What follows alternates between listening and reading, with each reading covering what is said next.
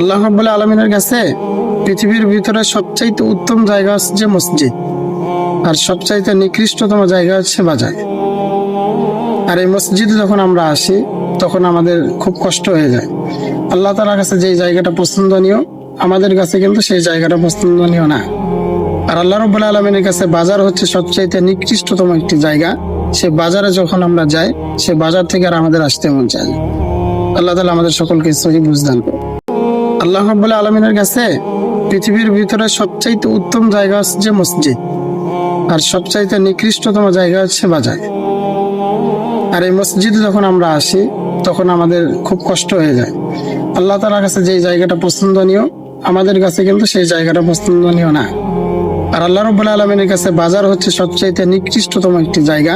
সে বাজারে যখন আমরা যাই, সে বাজার থেকে আর আমাদের আসতে মন চায় না। আল্লাহ তাআলা আমাদের সকলকে সহি বুঝদান করুন।